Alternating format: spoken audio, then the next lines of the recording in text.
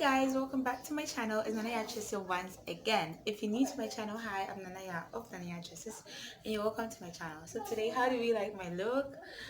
Okay, so if you've watched my previous videos, I decided to talk about my journey with trying to be more feminine, my femininity journey. Hence the reason why lately I've been, trying to wear much more feminine clothes. Anyway, I did make this dress. Shout out to me. Okay, so today we're going to talk about what to do when you are feeling some form of discouragement or judgment from people when you are on your journey to self-development. So this is something that even before I decided to become much more feminine, I used to notice this thing a lot because you see, as women, we police each other so much, which I honestly don't know why we even do that to ourselves.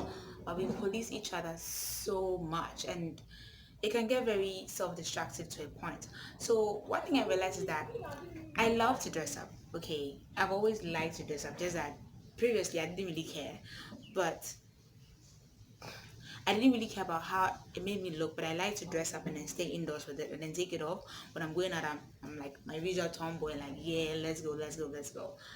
And I realized that it came from a place of trying not to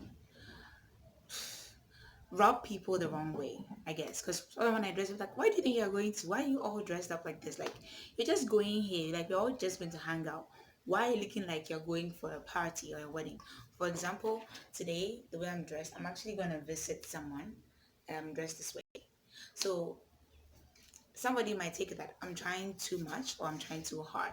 One thing that I had to learn on this femininity journey was that it's always a better idea to be overdressed than underdressed. Because if you're overdressed, people's initial reaction is like, Charlie, this girl goes all out. And they're like, wow, like you really put in a lot into your outfit. But then when you are underdressed, you begin to feel insecure, you begin to feel like you are less than the people who are there. You feel uncomfortable. Okay, and people are more likely to complain when you're underdressed. Like, didn't you know you're coming for an event like this? Why are you dressed like that? Like, you're gonna have more negative feedback when you're underdressed than when you're overdressed. So, in my opinion, it's always best if you're unsure, just go in your glamified way. Even though yes, I would always advise that you research on where you're going, what the event's about, and what's the occasion for the day before you adorn yourself and go out. Oh yes, sorry. I think this should have been the first point anyway. Self-care is important. Self-care is important. And I don't mean self-care just by the outward glamorization. I'm talking about self-care from the inside out.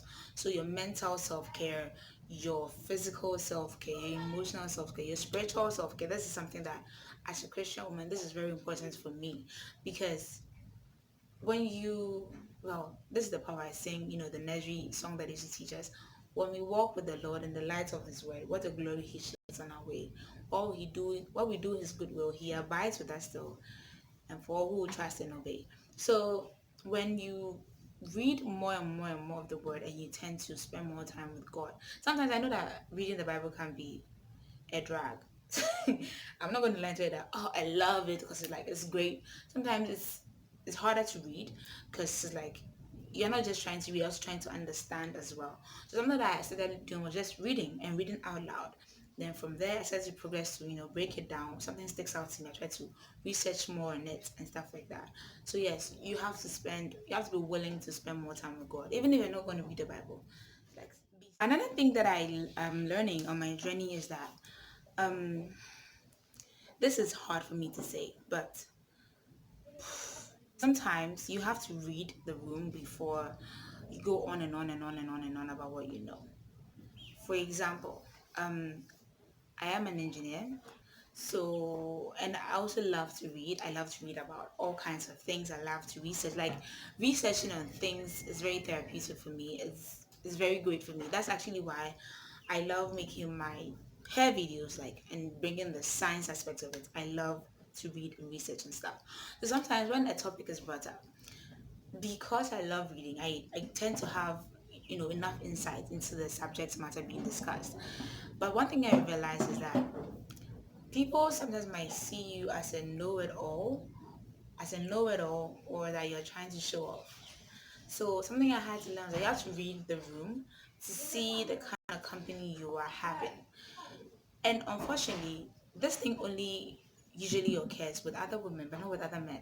Because when I'm with other gentlemen, okay, we're discussing stuff, and I'm like, yeah, and then do you know that this is, and then like, we are rubbing off of each other, we are talking, and we are sharing ideas. The men never seem to be upset. Usually, the ones who are intimidated are the insecure men. Men we don't want anyway. But it's always the other ladies who sometimes give me, the side eye because they think I don't know why they think I'm trying to compete with them and make them feel or look dumb. I don't know, but one thing I will always advise you, don't dumb yourself down for anybody. It's best for them to know that this is who I am out of the gate than hide and try to pretend. And later they're like, so why are you acting that way? I'd rather let you know that, look, I know this and this and this and this, but I'm not going to rub it in your face that, oh, you're a dummy. Do you understand?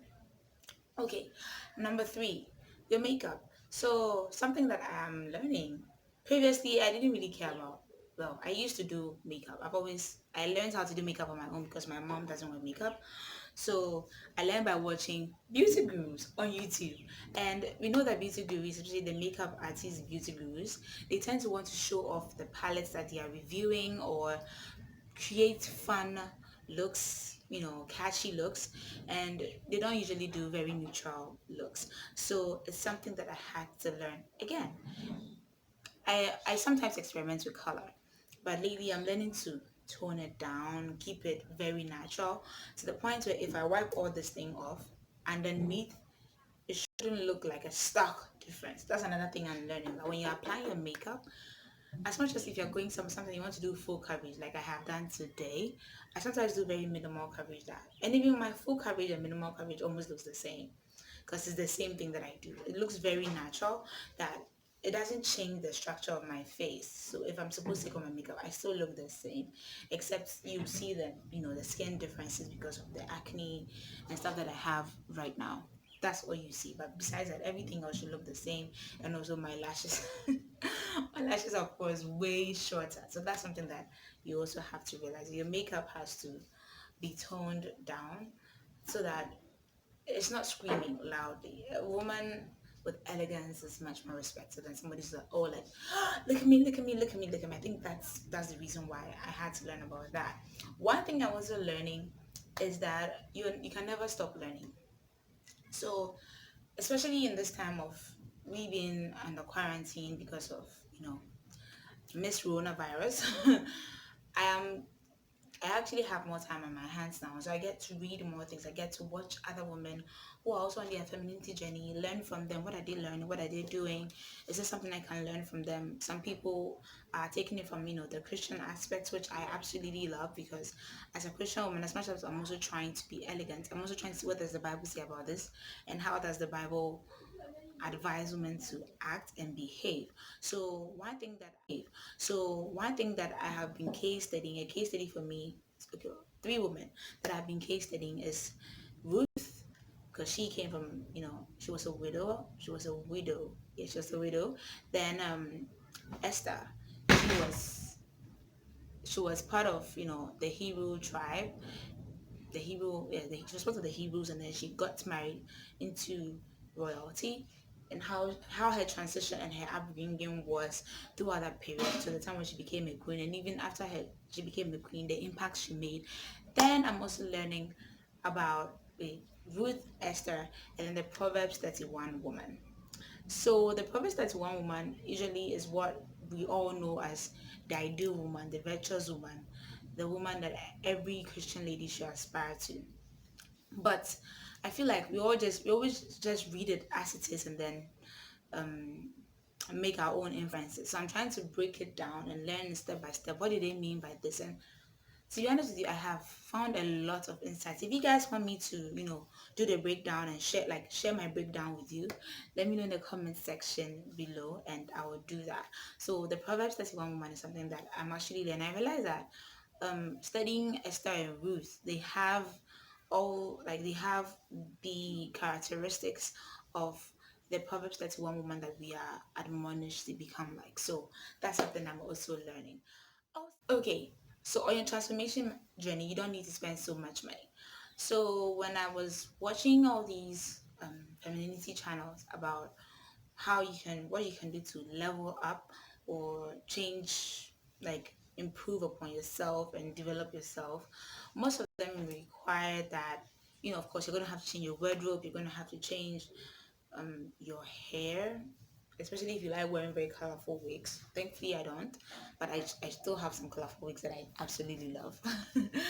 Yeah, so there's certain things about you're gonna have to change, especially when it comes to your wardrobe and stuff like that. That is actually where the monetary aspects comes in play.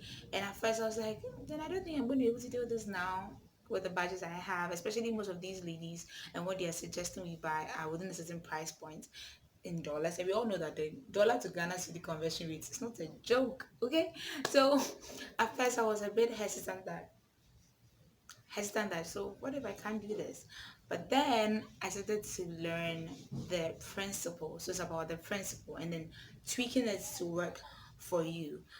And I have found very, very amazing ways to do that. So again, if you want me to do a video on how to look elegant on a budget, please let me know in the comment section and I would get to that video as well. So those are some of the things I've learned on my tips. Make sure you subscribe for more amazing content like this.